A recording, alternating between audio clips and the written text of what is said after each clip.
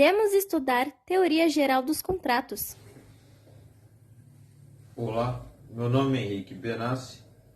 Hoje nós iremos dar continuidade ao estudo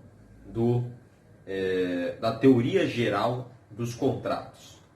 Bom, no último vídeo nós falamos sobre a formação dos contratos. E aí nós vimos que a formação do contrato envolve o instituto da aceitação, da proposta e da aceitação. Vimos que a proposta, também chamada de policitação ou oferta. E vimos que a aceitação também é chamada de oblação. Bom, vamos trabalhar agora com as formas de manifestação de vontade. Quais são as formas de manifestação de vontade? Nós vimos que a manifestação de vontade pode ser expressa, pode ser tácita ou pode ser presumida pela lei. O que vem a ser a manifestação de vontade expressa? Na manifestação de vontade expressa, o manifestante, aquele que manifesta a vontade, o contratante, vai manifestar, vai declarar sua vontade de maneira inequívoca. Então, essa é a manifestação de vontade expressa. É aquela externada, exteriorizada de maneira inequívoca. E veja, a manifestação de vontade expressa pode ser na forma escrita, por escrito, pode ser na forma verbal ou até mesmo por gestos. Por exemplo, quando um caso clássico de contratação, manifestação de vontade por gesto, seria o contrato de compra e venda envolvendo aí transporte de ônibus. Quando, por exemplo, a pessoa está no ponto de ônibus e ele acena para o motorista parar. Aquele ato da pessoa é uma manifestação de vontade. É um ato de manifestação de vontade, e essa manifestação de vontade ela é expressa. E ela é expressa por meio de gestos. Bom, além disso, nós temos uma outra forma de manifestação de vontade, que é a manifestação de vontade tácita. A manifestação de vontade tácita é aquela que resulta de comportamento. Do comportamento da pessoa se extrai a vontade de contratar. Essa é a ideia de manifestação tácita da vontade. E temos também a manifestação de vontade presumida pela lei. Nesse caso, ela decorre da lei. Então, é por força de lei, é opus legis. É a lei que vai, que vai dizer que naquela situação houve manifestação de vontade. Houve manifestação de vontade. Então, ela é presumida pela lei. E aí, veja, nós temos um caso aqui de manifestação de vontade presumida pela lei. É o caso do silêncio. Veja, o silêncio, o Instituto do Silêncio é regulado no Código Civil no artigo 111. O artigo 111 do Código Civil, portanto, trata do silêncio. E veja, o silêncio, a princípio, é um nada jurídico. O silêncio, a princípio, não quer dizer nem aceitação, nem recusa. A princípio, o silêncio é um nada. Agora, em determinadas situações, o silêncio acarretará manifestação de vontade. Por exemplo, nós temos a doação. O silêncio do donatário acarreta aceitação. Isso na doação pura e simples. Então, essa é a ideia da manifestação de vontade presumida pela lei. Presumida pela lei. Bom, com isso nós vimos o quê? As formas de manifestação de vontade. formas de manifestação de vontade. Agora nós vamos trabalhar ainda, né, com o quê? O lugar da celebração do contrato. O lugar da celebração do contrato.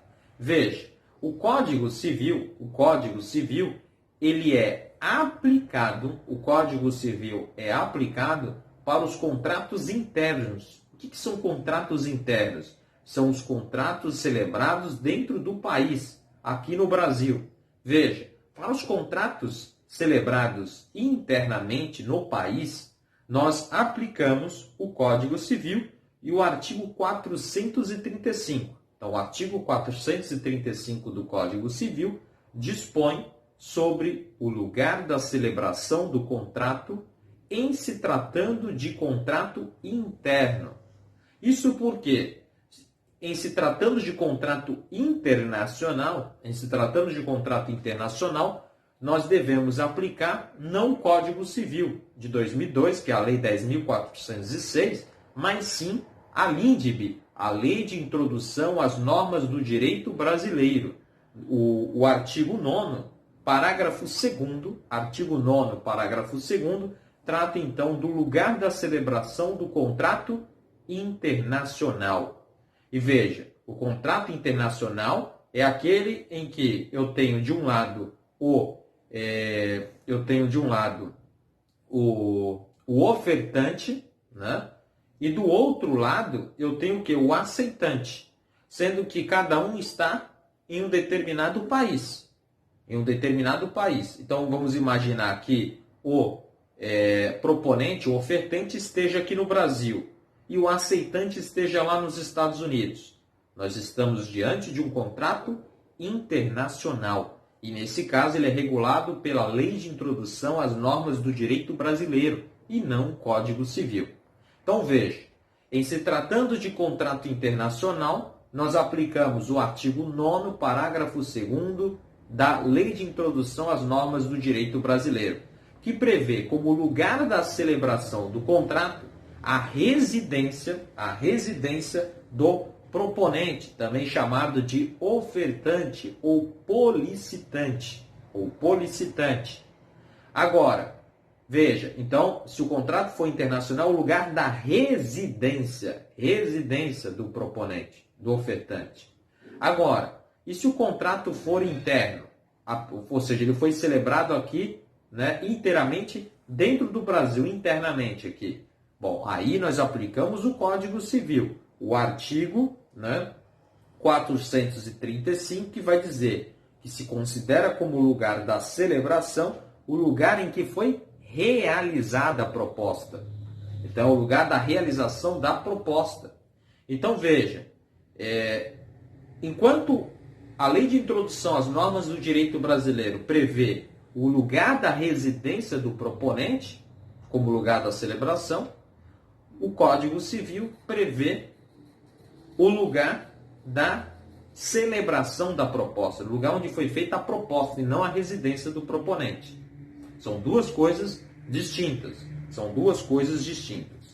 Não confundir lugar do contrato com foro de eleição. O que é o foro de eleição? No foro de eleição, as partes colocam uma cláusula de foro de eleição no contrato, estabelecendo que, em caso de divergência entre as partes, em caso de litígio, né, aquele litígio será resolvido em determinada comarca. Veja, a cláusula de eleição de foro não tem nada a ver com o lugar da celebração do contrato. Então, não confundir lugar do contrato, que é o lugar então, não confundir lugar do contrato com o quê? Com cláusula de eleição de foro. A cláusula de eleição de foro é as partes colocando no contrato, indicando um lugar, né, para dirimir eventuais conflitos. Bom, vamos trabalhar ainda com a intervenção de terceiros nos contratos. Nós já estudamos o princípio da relatividade dos contratos.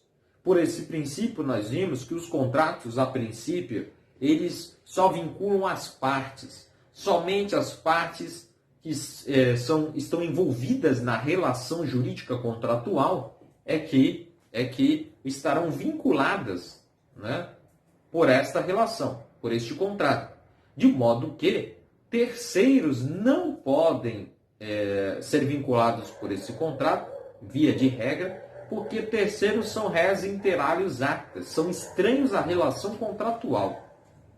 Agora, veja, há determinadas situações que nós vimos. Em determinadas situações, o contrato vai produzir efeitos em relação a terceiros.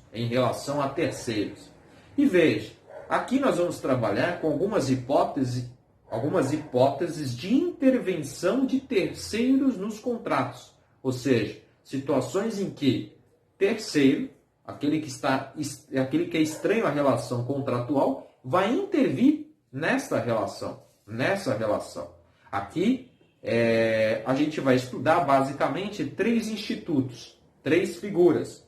A figura da estipulação em favor de terceiro, né? Estipulação em favor de terceiro, promessa de fato de terceiro e contrato com pessoa a declarar. Então, esses são os 3 institutos que vão tratar dessa intervenção do terceiro na relação jurídica contratual. Bom, primeira figura, então, é a da estipulação em favor de terceiro.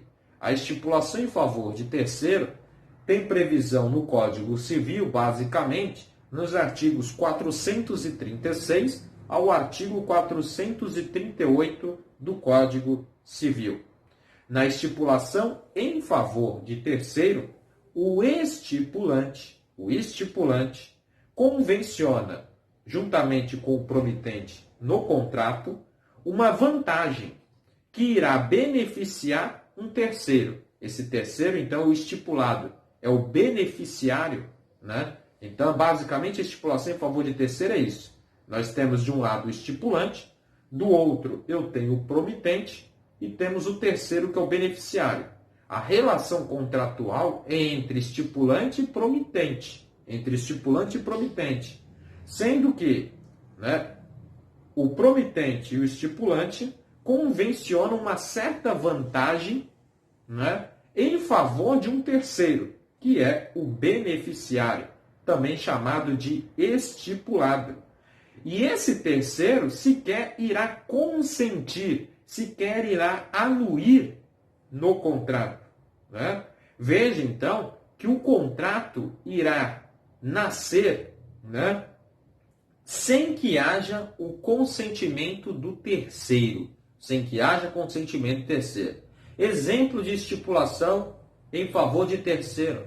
Contrato de seguro de vida. No contrato de seguro de vida, eu vou beneficiar um terceiro, no caso, então eu estipulo aqui que em caso de morte, né? Em caso de morte, será pago um valor, né? Uma compensação, né? Em favor de um terceiro.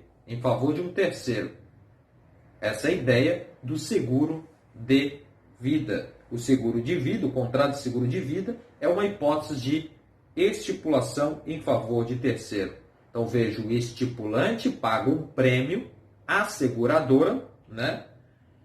E caso ocorra a morte, né, do estipulante, esse terceiro, né, será beneficiado, né? Vai receber um valor pecuniário, né, em razão deste acontecimento. Bom, veja que a estipulação em favor de terceiro vai envolver 2 momentos. Um primeiro momento é o momento do nascimento do contrato. No momento do nascimento do contrato, só vai envolver 2 pessoas. Eu tenho o estipulante e eu tenho o promitente. Então, de um lado eu tenho o estipulante e eu tenho o promitente. Esse é o momento em que o contrato nasce. Então, por exemplo, no contrato de seguro de vida, eu, estipulante, procuro uma seguradora, né, e celebro um contrato com ela de seguro de vida, né, e caso eu, estipulante, morra, né, em caso de morte, o que acontece? A seguradora irá pagar um valor ao beneficiário, ao terceiro. Essa é a ideia. Esse é o primeiro momento, é o momento do nascimento do contrato. Porque depois nós temos um outro momento, que é o momento de execução desse contrato. É o momento de cumprimento, de adimplemento contratual, né? De execução. Nesse caso, no momento do cumprimento, no momento da execução do contrato, esse terceiro, esse beneficiário, irá integrar a relação jurídica contratual. Então, basicamente, nós temos esses dois momentos. E veja, em regra, né, o estipulante pode livremente e a qualquer tempo substituir quem? O estipulado, o beneficiário, o terceiro. E ele poderá fazer isso independentemente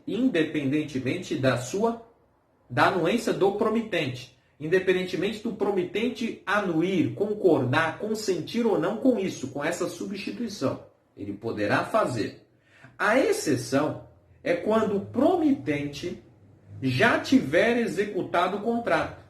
Então, se nós já estamos não mais na fase do nascimento contratual, mas nós já estamos na fase de cumprimento, de execução, de adimplemento, nesse momento já não será mais possível a substituição do terceiro do beneficiário. Então, a questão da substituição do terceiro do beneficiário deve ser analisada nesses dois momentos. No momento do nascimento, né, enquanto não houver o cumprimento, pode haver depois que o contrato foi celebrado, já nasceu, né, pode haver alterações, enquanto não houver a fase de surgimento, a fase de cumprimento ou de execução contratual. A partir do momento em que há o início da execução do cumprimento, já não será mais possível substituir o terceiro, o estipulado, o beneficiário. E veja, o beneficiário, o estipulado, né, ele pode ser uma pessoa incapaz. Ele pode ser um incapaz. Isso por quê? Porque eu não exijo do terceiro, do estipulado, do beneficiário, o quê? O seu consentimento. Se eu não exijo dele o consentimento, é perfeitamente possível que esse estipulado, esse beneficiário seja, né, um incapaz. Pode ser um menor de idade. Um menor de idade. Inclusive um recém-nascido pode. Além disso, veja, o beneficiário, o estipulado, né, e também o estipulante, então tanto o terceiro, que é o beneficiário, o estipulado, quanto o estipulante, eles podem exigir do promitente o cumprimento da obrigação. Trata-se de uma legitimidade concorrente, tanto do estipulante quanto do estipulado, que é o terceiro beneficiário. Ambos podem exigir o cumprimento da prestação. Trata-se de uma legitimidade concorrente. O que é legitimidade? Legitimidade nada mais é do que a pertinência subjetiva para a prática do ato, né? É a situação prevista em lei que permite, que autoriza a pessoa a praticar o ato. Isso é legitimidade. Veja que a lei autoriza tanto o estipulante quanto o estipulado, que é o terceiro beneficiário, exigir do promitente o cumprimento da obrigação. Essa legitimidade concorrente encontra previsão no artigo 436 do Código Civil. Além disso, o estipulante não poderá exonerar o promitente, né, que é o contratado, do cumprimento de suas obrigações. Então, o estipulante não pode chegar para o promitente e falar: você não precisa de cumprir a obrigação, não. Ele não pode exonerar o promitente do cumprimento da sua obrigação. Por quê? Se assim ele agir, ele estará atuando como um terceiro ofensor. Um terceiro ofensor. E isso não é permitido, né? Terceiros não podem indevidamente, né, atuar no contrato com o objetivo de prejudicar, as partes envolvidas. Essa é a ideia. Então, retomando, o estipulante não pode exonerar o promitente da sua obrigação, pois assim agindo, estará atuando como terceiro ofensor. Bom, além disso, nós temos um segundo instituto, que é o Instituto da Promessa de Fato de Terceiro. A promessa de fato de terceiro encontra previsão nos artigos 439 ao artigo 440 do Código Civil. A promessa de fato de terceiro é também chamada de contrato por outrem. Então, a doutrina costuma denominar a promessa de fato de terceiro de contrato por outrem. Esse instituto tem previsão no Código Civil nos artigos 439 e 440. Veja, na promessa de fato de terceiro, o promitente e o promissário, celebram um negócio jurídico.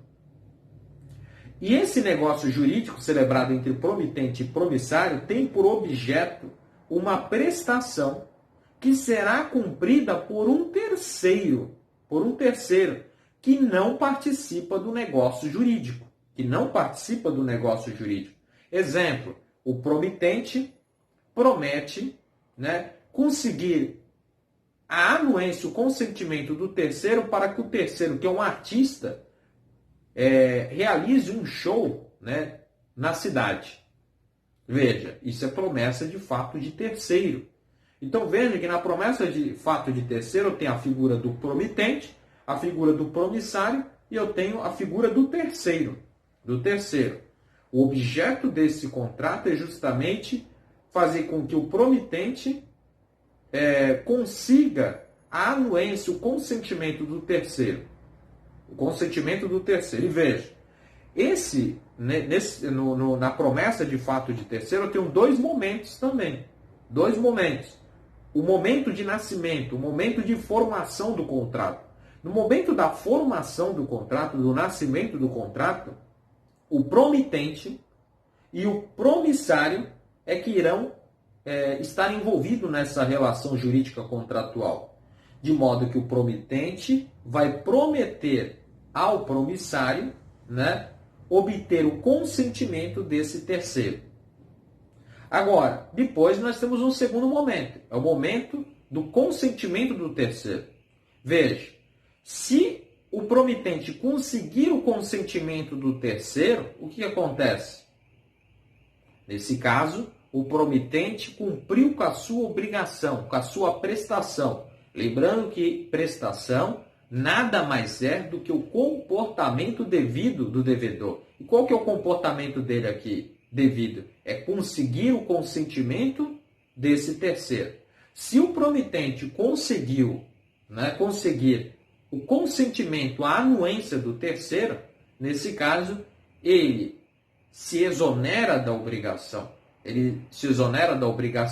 E a relação contratual agora será estabelecida, nesse caso, aí o terceiro que consentiu agora tem que cumprir com a prestação, com aquilo que ele concordou, executar. Por exemplo, no caso o artista, ele vai ter que fazer o show.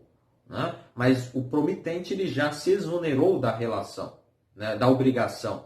Então, ele sai da relação jurídica contratual. Agora, pode acontecer do terceiro não consentir. Veja, se o terceiro não consentir nesse contrato, isso significa que o promitente descumpriu com a obrigação.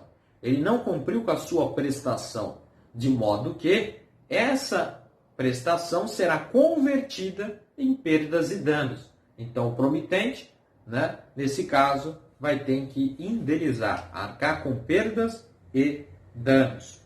Aqui também é importante a gente comentar o seguinte, que o patrimônio comum do cônjuge, então vamos imaginar que o promitente e o terceiro, que é a pessoa que ele promete o consentimento, vamos imaginar que promitente e terceiro são cônjuges, ou seja, são casados.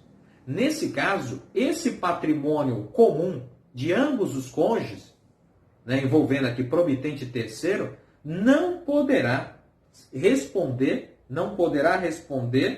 né, caso esse terceiro não consinta. Por quê?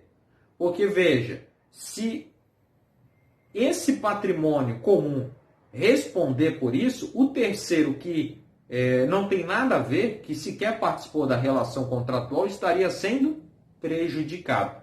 Então, veja, não significa que se ele for casado, né, nenhum bem do patrimônio vai responder. Não, os bens do promitente, né, os bens que não são comuns, ou seja, os bens que são exclusivos do promitente, esses respondem pelo cumprimento da obrigação. Vão garantir o cumprimento da obrigação.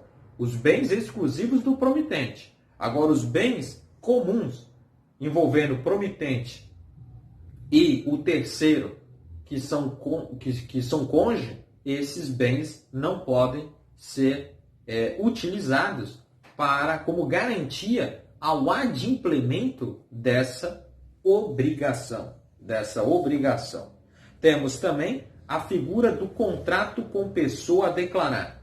O contrato com pessoa a declarar está previsto nos artigos 467 ao artigo 471 do Código Civil.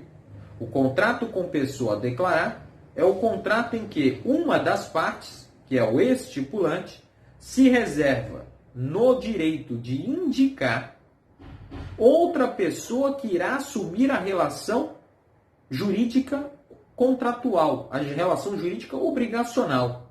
Veja que nesse contrato haverá a chamada cláusula pro amicus eligendo.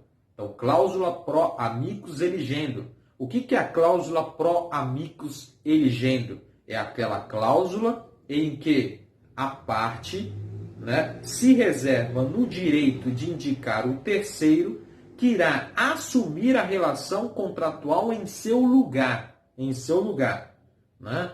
Então, veja que no contrato com pessoa a declarar, previsto nos artigos 467 a 471 do Código Civil, haverá a figura do promitente, a figura do estipulante e a figura do terceiro, também chamado de amicus, eleito ou nomeado. Quem é o promitente? É aquele que promete aceitar o terceiro, é aquele que promete aceitar o amicus, o eleito. O estipulante é aquele que faz a cláusula em seu favor. E o terceiro, o amicus, o eleito, o nomeado, né, também poderá ou não o quê? Substituir o promitente, aquele que eventualmente irá substituir o promitente. Né? E veja, o terceiro, como o terceiro ele vai fazer parte da relação contratual, dele se exige o quê? Que seja capaz e solvente. E também vai exigir aceitação. Se o terceiro for insolvente, for incapaz ou não aceitar, o que acontece? A relação contratual será formada entre as partes originárias. Quem são as partes originárias? Promitente e estipulante. Então veja que o contrato produzirá efeitos entre as partes originárias, ou seja, entre promitente e estipulante, em 4 situações. Primeira situação, quando não houver indicação. 2, quando o terceiro não aceitar. 3, quando o terceiro for insolvente. O que é um insolvente? O insolvente é aquele que tem mais dívida, né? Ou seja, mais passivo do que ativo, mais dívida do que crédito.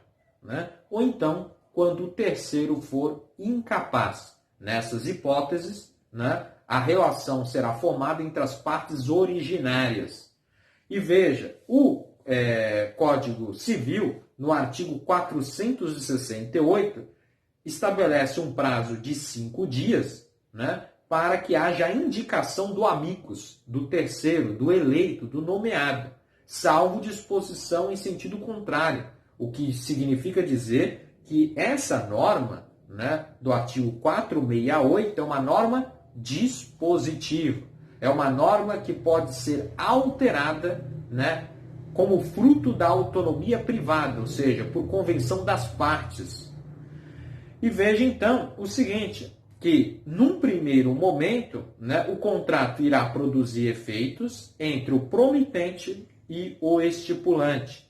Se o terceiro concordar, o que acontece? Haverá, né, substituição desse terceiro com efeitos ex tunc, com efeitos retroativos. E o que vai acontecer? O efeito prático é o seguinte, o terceiro, que é o eleito, nomeado, vai substituir o estipulante e o estipulante vai sair da relação contratual como se ele nunca tivesse sido contratante. Como se ele nunca tivesse sido contratante. Por quê? Porque essa aceitação dele vai produzir efeitos ex tunc, efeito retroativo, né? Efeito retroativo. E veja, no campo do direito tributário, isso gera um efeito prático. Por quê? Porque para fins tributários, né? Para fins tributários, a tributação, o tributo vai incidir em relação ao terceiro, ao nomeado, né? Ao eleito. E não em relação ao estipulante. E não em relação ao estipulante. Então, veja, esse terceiro, ele vai, inclusive, atuar como se fosse o quê? O primeiro proprietário. Como se fosse o primeiro proprietário. De modo que não haverá incidência de dois tributos. Só haverá um único tributo, que incidirá na figura do terceiro, do nomeado, do eleito. Então, veja que esse instituto, né, ele tem importância também para o direito tributário, visto que só irá incidir uma única tributação, só haverá um único fato gerador do tributo. Bom, com isso, nós falamos sobre os três institutos, né, em que um terceiro irá intervir na relação jurídica contratual.